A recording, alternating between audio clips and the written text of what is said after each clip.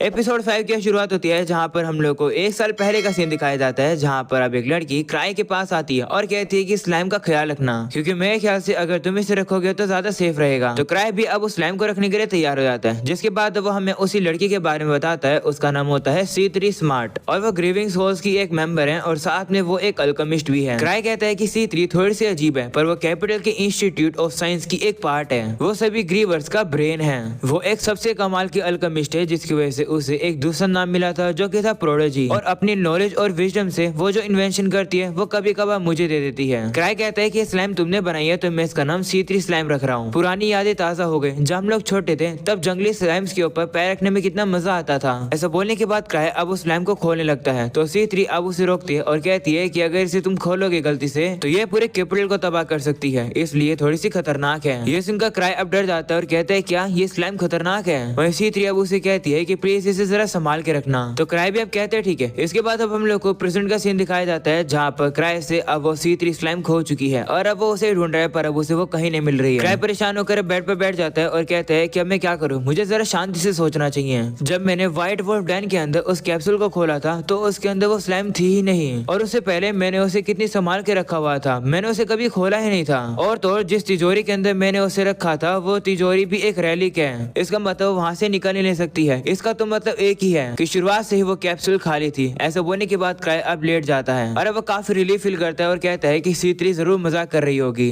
पर तभी क्राई अब रियलाइज करता है कि नहीं, उससे स्लाइम गलती से खो गई है। अगले सीन में अब हम लोग को कुछ एडवेंचर्स को दिखाया जाता है जो कि फैंटम्स को हरा रहे होते हैं। एक लड़की अब कहने लगती है कि ये फैंटम तो लेवल 3 के होने चाहिए थे ना। तो उसका साथी उससे कहते हैं हाँ, लेकिन पिछले 2 हफ्तों में फैंटम्स का लेवल अचानक से बढ़ गया है। ये सुनकर वो लड़की कहती है कि एसोसिएशन से जो इन्वेस्टिगेशन मिशन मिलता है वो काफी डिफिकल्ट होता है। तो उसका साथी कहता है कि ट्रेजर वॉल्ट में एनोमलाइज को इन्वेस्टिगेट करना कंट्री के लिए काफी इंपॉर्टेंट है। मुझे पता चला है कि 1000 ट्रिक भी इसी चीज में लगा हुआ है। इसका मतलब यहाँ जरूर कुछ ना कुछ तो है। अगले सीन में अब हम लोग को क्राई को दिखाया जाता है जो कि बिल्कुल भी सो नहीं पाया है, इससे वो काफी ज्यादा थका हुआ होता है। तभी एवा वहाँ पर आ जाती है और वो उससे कहती है कि व्हाइट वुल्फ डैन में जो कुछ भी हुआ है एसोसिएशन चाहती है कि तुम उन्हें डिटेल में बताओ। तो क्राई कहते हैं कि उस मिशन की लीडर टीनो थी, तो जाकर उससे पूछो। मैं तो वहाँ लास्ट में गया था। जिस पर एवा कहती है कि इस समय पर टीनो लिज के साथ ट्रेनिंग कर रही है। तो क्राई अब उससे कहते हैं कि क्या कैपिटल में कोई मूवमेंट हुई है, मतलब कुछ घटनाएं वगैरह। जिस पर एवा कहती है कि तुम्हारे कहने का मतलब क्या है। तो क्राई कहते हैं कुछ नहीं, अगर कुछ नहीं है तो इसका मतलब ठीक है। तो एवा कहती है कि अगर ऐसी बात है तो मैं जरूर देखूंगी। तो क्राई कहते हैं कि नहीं, ऐसा कुछ भी करने की जरूरत नहीं है, मैं शायद से फालतू में ही चिंता कर रहा हूँ। वैसे मैं जाकर एक बार टीनो को चेक कर लेता हूँ। तो एवा भी कहती है ठीक है। वो लोग ट्रेनिंग हॉल में है, वही बेसमेंट लेवल 2 पर। तो क्राई कहते हैं ठीक है और वो चला जाता है। क्राई के जाने के बाद एवा अब कहने लगती है कि क्राई तो कुछ ज्यादा ही कमाल का है, बिना किसी क्लू के वो चीजों के बारे में ऑलरेडी प्रेडिक्ट कर देता है। लैबिरिंथ के अंदर जो चल रहा है शायद से तो पता चल चुका है आखिरकार इस कैपिटल में हो क्या रहा है। जिसके बाद क्राई भी अब उस ट्रेनिंग ग्राउंड के पास आ जाता है, जहाँ वो देखता है कि वहाँ तो ऑलरेडी काफी सारे लोग बाहर खड़े थे। उनमें से एक बंदा होता है 7 जो कि ऑब्सिडियन क्रॉस का लीडर है। वो क्राई को कहता है कि लिज को रोक दो, क्योंकि उसकी वजह से हम ट्रेनिंग हॉल यूज नहीं कर पा रहे हैं। जिस पर क्राई कहता है कि उस मोस्टर को रोकना मेरी तो बस की नहीं है। 7 कहता है कि एंसम और लूशिया यहाँ है नहीं उसे रोकने के लिए, तो तुम्हें ये करना होगा। आखिर वो अकेले वापस क्यों आई है। जिस पर क्राई कहता है कि उसने सभी ट्रैप्स को डिसआर्म कर दिया था और वो बॉस चैम्बर में पहुंच गई, पर वहां जाने के बाद वो बोर हो गई और घर आ गई। इस पर 7 कहता है कि वो वाला लैबिरिंथ लेवल 8 का ट्रेजर वॉल्ट था। तुम लोग तो कुछ ज्यादा ही ताकतवर हो। वैसे इस बात को छोड़ो, अगर अंदर जाकर किसी ने लिज को नहीं रोका तो टीनो मारी जाएगी। जिस पर क्राई कहते हैं कि तुम ऐसे कह रहे हो, लोग इतना जल्दी थोड़ी इजीली मर जाते हैं। ऐसे बोलकर क्राई अब अंदर जाता है और अब ये देखकर काफी हैरान हो जाता है कि लिज ने टीनो की काफी ज्यादा बुरी हालत कर दी है, वही मार मार के। लिज अब टीनो को खड़े होने के लिए कह रही होती है, पर टीनो खड़ी हो ही नहीं रही होती है, जो देखकर लिज को गुस्सा आ जाता है और वो उसके ऊपर एक और हमला करके उसे मारने वाली होती है। तभी क्राई वहाँ पर आकर लिज को रोक लेता है। लिज अब उसे पूछती है क्या हुआ। मैं टीनो को ट्रेनिंग दे रही हूँ, तुम्हें तो पता ही है ना कि उसके पास टैलेंट है, पर वो काफी कमजोर है। उसकी उम्र में तो मैं काफी ताकतवर थी। जिस पर क्राई कहते हैं हाँ, तुम सही में ताकतवर थी। वैसे मैं तुम्हारे पैशन को समझ रहा हूँ, पर लगता है कि टीनो की लिमिट पूरी हो गई है। तो चलो आज की ट्रेनिंग बहुत है। जो सिंकलिस कहती है कि क्या तुम मुझे रोक रहे हो। वो बात काफी गुस्से में कहती है। वही क्राई उसे कहते हैं हाँ। जो सिंकलिस कहती है ठीक है, फिर अगर तुम कहते हो तो आज के लिए इतनी ट्रेनिंग बहुत है। ऐसा बोलने के बाद लिज वहाँ से जाने लगती है, पर टीनो अब उसके पैर को पकड़ लेती है। जो देखकर लिज गुस्सा हो जाती है और कहती है कि तुम्हें क्या कर रही हो। वही टीनो भी खड़ी हो जाती है और कहती है कि मैं लड़ सकती हूँ। ये देखने के बाद क्राई अब काफी हैरान हो जाता है कि टीनो ने तो वही मास्क पहन रखा है। वही लिज काफी इंप्रेस होती है और कहती है कि टीनो पहले तो बिल्कुल नहीं हिल पा रही थी, पर क्राई के आते ही वो हिलने लगी है। क्राई तुम तो काफी कमाल के हो। ऐसा बोलने के बाद वो टीनो से लड़ने के लिए तैयार हो जाती है। जो देखकर क्राई बाहर आ जाता है और वह सभी से कहता है कि मुझे लगता है कि मैं लिज को रोक पाऊंगा। जिस पर क्राई कहता है कि चलो फिर हम लोग कुछ भी नहीं कर सकते हैं, तुम हमेशा उन लोगों पर टफ रहते हो। जिस पर क्राई कहता है कि नहीं तो मैं रुक गया था। जिस पर 7 कहता है कि शब्दों से कुछ नहीं होने वाला है। वैसे टीनो अब और ताकतवर हो जाएगी तो हमारा ही फायदा है। वैसे इससे याद आया है कि मैंने सुना है कि जो नॉर्दर्न रूट है उसे लॉकडाउन कर दिया गया है। तो क्राई कहते हैं क्यों, जिस पर सेवन बताते हैं कि क्योंकि काफी सारे फैंटम्स अपीयर हुए हैं, वो लोग अभी उसे इन्वेस्टिगेट कर रहे हैं। वो ये बताता है कि नाइट के ऑर्डर पर जो पार्टी गई थी वो भी वहाँ पर जाकर कुचली जा चुकी है। जिस पर क्राई कहता है कि मैंने ट्रैवलर्स के बारे में सुना तो है जिनके ऊपर व्हाइट वुल्फ डैन के फैंटम्स ने हमला किया था। क्राई मन में कहता है कि अगर सोचा जाए तो उस समय थोड़ा अजीब लग रहा था मुझे, शायद इसलिए गार्क मुझे वहाँ भेजना चाहता था। क्राई अब कहने लगता है कि आर्क को अभी ही जाना था क्या, वो काफी स्मार्ट और ताकतवर है, लोग उससे मुझसे ज्यादा ट्रस्ट करते हैं, वो एक कमाल का लीडर और एक फाइटर है। क्राई अब कहने लगता है कि मैं सारी चीजें आर्क पर ही छोड़ दूंगा जो कि इन मुसीबतों को काफी अच्छे से ठीक कर देगा। मैं होप करता हूँ कि वो वापस जल्दी आ जाए, पर तब तक के लिए मुझे ही कुछ करना होगा जिससे कि मैं टाइम बाय कर सकूं। वहीं क्राई को देखकर सेवन कहता है कि तुम हमेशा की तरह काफी कूल लग रहे हो, यानी कि शांत। जिस पर क्राई मन में कहता है कि ऐसा इसलिए क्योंकि ये मेरी दिक्कत है ही नहीं, मैं तो वैसे भी आर्क को भेजने वाला हूँ। तभी क्राई के दिमाग में एक आइडिया आता है और वो कहता है कि अगर मैं ऑब्सीडियन क्रॉस को गार्क के पास भेजूं तो शायद से गार्क इन लोग को भेज दे।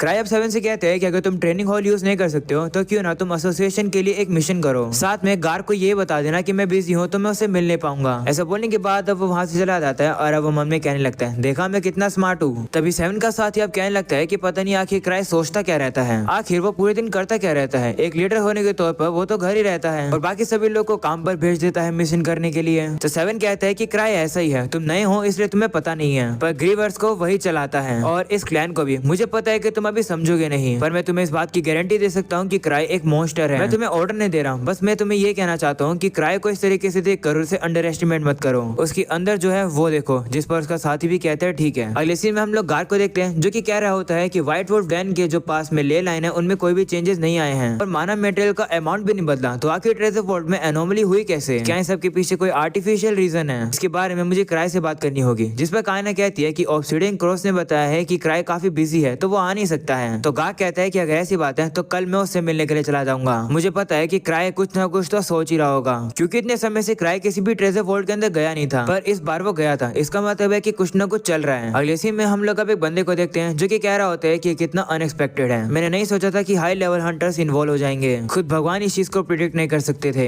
तभी वहाँ पर और भी लोग आ जाते हैं जो कि अब उस बंदे से बताते हैं कि काफी जल्द एक्सप्लोरेशन एसोसिएशन इस जगह को ढूंढ लेंगे। ये सुनकर बंदा कहता है कि इसका मतलब 1000 ट्रिक, यानी कि क्राई एक ऐसा पर्सन है जिसे हम लोग अंडर एस्टिमेट नहीं कर सकते हैं। जिस पर अब एक बंदा कहता है कि हम लोग मैजिकल सोसाइटी है आकाशिक टावर के, मुझे लगता है कि ये मामूली हंटर्स समझ पाएंगे कि आप जैसे एक महान सेज ने कितना बड़ा काम किया है। अब ब्रांच रिसर्च इंस्टीट्यूट के एक मेज हो बिना ये जाने रुकने वाले हैं कि आखिर ये सब क्यों हो रहा है। जिस पर अब वो मेज भी सामने वाली चीज को देखकर कहता है कि ये चीज इंटरफेयर करता है एनॉर्मस एनर्जी को जो कि अर्थ की वेन में फ्लो हो रही है। ये चीज इतनी ताकतवर है कि इस जगह पर ये ट्रेजर वॉल्ट को बना सकती है। अगर मेरा एक्सपेरिमेंट सक्सेसफुल हो गया तो हम लोग कहीं भी चाहे ट्रेजर वॉल्ट को बना सकते हैं। तो कुछ लोग अब कहने लगते हैं कि हमारे पास और कोई भी चॉइस नहीं है, हमें इस जगह को छोड़कर जाना ही होगा। विश्वास नहीं हो रहा है कि हमें शुरू से शुरू करना पड़ेगा। इतने ज्यादा खतरनाक समय पर सोफिया ट्रिप एंजॉय कर रही है, आखिर वो क्या कर रही है? वो तो डिफेंस सिस्टम की इंचार्ज है ना। ये सुनकर मैच कहता है कि गुस्सा मत करो, मैंने उसे परमिशन दी थी। सोफिया ने कम्युनिकेशन स्टोन का यूज करके मुझे कांटेक्ट किया था, वो काफी जल्द यहाँ आ जाएगी। वो मैच मन में कहने लगता है कि सोफिया काफी टैलेंटेड है और वो मेरी राइट हैंड मैन है, अगर वो यहाँ होती तो वो हमारी दिक्कत को सॉल्व कर देती। चलो कुछ भी हो, हम लोग को अभी के लिए इन्फॉर्मेशन इकट्ठी करनी होगी। ये सुनकर सभी लोग इन्फॉर्मेशन इकट्ठी करने के लिए चले जाते हैं। अगले सीन में अब हम लोग को दिखाया जाता है कि शहर के ऊपर अब स्लाइम ने हमला कर दिया है जिसके से काफी तबाही मच चुकी है और अब लोग डर के मारे इधर से उधर भाग रहे होते हैं, जो देखकर तो क्राई भी डर जाता है। तभी अचानक से उसकी अब आंख खुलती है और अब उसे पता चलता है कि वो तो सब कुछ ही सपना देख रहा था। वो अब उठ जाता है और कहते हैं कि क्या वो C3 स्लाइम इतने ज्यादा खतरनाक है? जिसके बाद तो कहते हैं नहीं, सपने सच नहीं होते हैं। तभी अब उसे पता चलता है कि लिज अब उसी के साइड में सो रही थी। वो उसे कहती है कि क्या हुआ?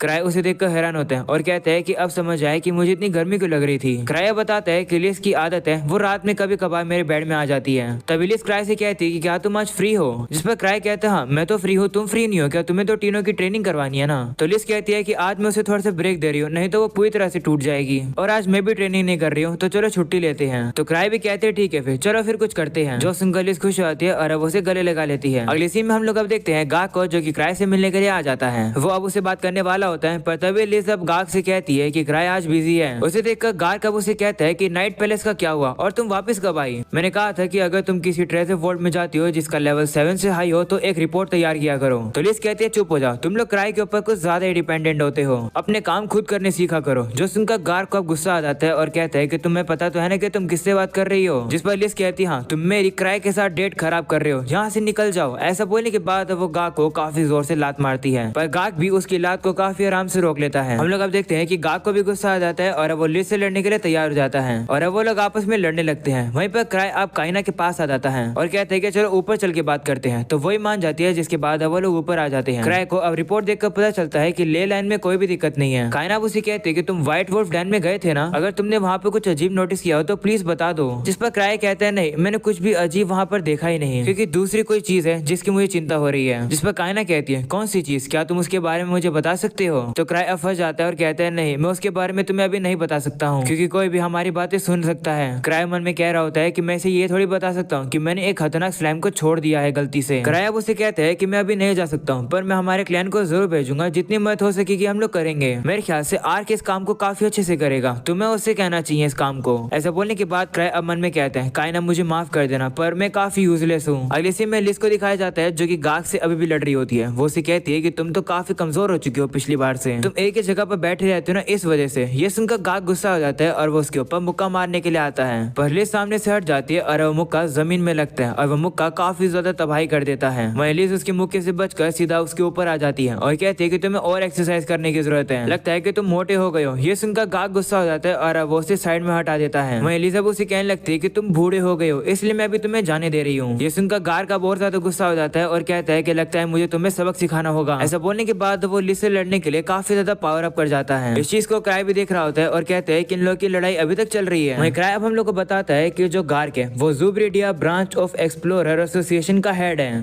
पर पहले वो फर्स्ट रेट लेवल 7 का हंटर था। लोग उसे वॉर डीमन बुलाते हैं। हम लोग अब गार्क को देखते हैं जो कि लिज के ऊपर हमला कर रहा होता है। वहीं लिज उसके सारे अटैक से बच रही होती है, पर गार्क के हमले की वजह से काफी तबाही मच रही होती है, जो देखकर क्राई अब उन्हें रोक लेता है और कहते हैं कि हमारी बातें हो चुकी है, तो तुम लोग शांत हो जाओ। तो लिज कहती है ठीक है। ऐसा बोलने के बाद वो क्राई के पास आ जाती है। वो इतने तेजी से क्राई के पास आती है जिसे देखकर गार्क हैरान हो जाते हैं और कहते हैं कि इतनी तेज कैसे दौड़ती है। वहीं काइना अब गार्क से कहती है कि चलो घर चलते हैं, तो गार्क भी कहते हैं ठीक है। ऐसा बोलने के बाद वो मन में कहते हैं कि शायद से मुझे फिर से ट्रेनिंग करने की जरूरत है। अगले सीन में हम लोग एवा को देखते हैं जो कि जैसे वापस आती है वो यहाँ की चीजों को तबाह देखकर काफी शौक हो जाती है और कहती है कि आखिर यहाँ क्या हुआ है। अगले सीन में हम लोग लिज और क्राई को देखते हैं जो कि डेट पर आ जाते हैं। वहीं लिज कहने लगती है कि गार्क तो काफी कमजोर हो चुका है, जिस पर क्राई कहता है कि ऐसा मत कहो, तुम ड्यूटी पर रहती हो, पर गार्क को मौका ही नहीं मिलता ट्रेनिंग करने का, इसलिए वो थोड़ा कमजोर हो गया। जो सुनकर लिज कहती है कि लेकिन अगर ऐसे ही चलता रहेगा तो गार्क कभी भी नाइट पैलेस वाले ट्रेजर वोल्ट को पार ही नहीं कर पाएगा। जो सुनकर क्राई कहते हैं कि क्या वहाँ के जो फैंटम थे वो ताकतवर थे? जिस पर वो कहती है हाँ बहुत ताकतवर, लगता है कि वो लेवल 8 की है। जिस पर क्राई कहते हैं कि अगर तुम उन फैंटम्स को कंपेयर करो व्हाइट वुल्फ डैन वाले मोस्टर के साथ तो तुम कैसे करोगी? जिस पर लिज कहती है कि क्या वहाँ पर कोई बॉस था भी? जिस पर क्राई कहते हैं हाँ। ये सुनकर लिज अब उससे माफी मांगती है और कहती है कि माफ कर दो, मुझे याद ही नहीं है। ये सुनकर क्राई काफी हैरान होता है कि वहाँ पर जो बॉस था वो इतना ज्यादा लिज के लिए कमजोर था कि लिज को याद ही नहीं है उसके बारे में। क्राई अब कहता है कि C3 और बाकी सभी लोग अभी भी नाइट पैलेस में ही हैं। अच्छा रहेगा कि वो लोग जल्दी वापस आ जाएं। मैं चाहता हूँ कि उस स्लाइम के तबाही मचाने से पहले ही कुछ किया जाए, उसे रोक लिया जाए। क्राई को इतना परेशान देखकर लिज अब उसे कहती है कि तुम इतना परेशान क्यों लग रहे हो, कुछ हुआ है क्या? जिस पर क्राई अब उसे कहते हैं कि हाइपोथेटिकली क्या मैं तुमसे कुछ पूछ सकता हूँ? ये बताओ कि अगर ये टाउन तबाह हो जाएगा तो तुम क्या करोगी? जिस पर लिज कहती है कि मैं तुम्हारे साथ भाग जाऊंगी, मैं सी देखने जाना चाहूंगी क्योंकि मैंने वो कभी नहीं देखा है। ये सुनकर क्राई अब कहता है कि मैं पूरी कंट्री की बात कर रहा हूँ डिस्ट्रॉय होने की, पर फिर भी लिज काफी पॉजिटिव है, मुझे उससे ये चीज सीखनी चाहिए। तभी अब लिज बचाने से जाकर एक बंदे को पकड़ लेती है, जो देखकर क्राई अब लिज से कहता है कि तुम्हें क्या कर रही हो? जिस पर वो कहती है कि ये बंदा हमें घूर रहा था। तो क्राई कहते हैं कि इसे छोड़ दो, हम लोग बातचीत करके चीजों को सोल्व कर लेंगे। तो लिज भी अब उसे छोड़ देती है। वहीं क्राई अब उस बंदे से कहते हैं कि तुम ठीक तो हो, लेकिन अब वो बंदा वहाँ से भाग जाता है। तभी लिज अब क्राई से कहती है एक सेकंड, तुमने उसे जानबूझ के जाने दिया ना? तुम तो काफी अच्छी एक्टिंग करते हो, इतनी अच्छी एक्टिंग कि मुझे भी नहीं पता चला। ऐसा बोलने के बाद वो क्राई को गले लगा लेती है और कहती है कि मैं अगली बार काफी केयरफुल रहूंगी। वहीं ये सुनकर क्राई काफी कंफ्यूज हो जाता है और सोचने लगता है कि आखिर क्या कह रही है। और इसी में हम लोग अब उसी बंदे को देखते हैं जो कि अपने अड्डे पर आ जाता है और कहता है कि आखिर कैसे हो सकता है, मैं उन लोगों को काफी दूर से देख रहा था पर उन्हें पता क्या चला, और क्राई ने आखिर मुझे जाने क्यों दिया? क्या ये एक वार्निंग है? आखिरकार वो कितना कुछ जानता है। वहीं दूसरी तरफ हम लोग अब क्राई और लिज को देखते हैं जो कि अपडेट पर आ जाते हैं। वह नरेटर अब कहने लगता है कि आकाशी टावर अब कुछ सस्पिशियस कर रहा है, क्या ये सही में सही समय है अभी क्राई के लिए डेट पर जाने का? अगले सीन में हम लोग अब उसी मेज को देखते हैं जो कि एक रेस्टोरेंट में बैठा हुआ था। तभी एक लड़की उसके पास आती है और कहती है कि क्या आप मास्टर नोक्टस हो? तो वो कहते हैं हाँ, तुम कौन हो? जिस पर वो लड़की कहती है कि मेरा नाम सोफिया ब्लैक है, मैं आपकी स्टूडेंट बनना चाहती हूँ। जिस पर नोक्टस कहते हैं कि तुम्हें तो पता ही होगा कि मैं कौन सी सिचुएशन में हूँ अभी। जिस पर सोफिया कहती हाँ, पर आपकी रिसर्च काफी ज्यादा कमाल की है, मैं चाहती हूँ कि आप मुझे अपने एक्सपेरिमेंट के बारे में बताओ जिसे आप इतने समय से कर रहे हो, मुझे उसका एक पार्ट बनाओ। तो अब नोक्टस भी कहते हैं ठीक है। ये सुनकर सोफिया खुश हो जाती है और अब वो उसका शुक्रिया करती है। और अभी हो जाता है ये एपिसोड खत्म। बस नया लाइक कर देना, चैनल पर नए हो तो सब्सक्राइब कर देना। मिलते हैं नेक्स्ट एपिसोड के अंदर, तब तक के लिए बाय बाय।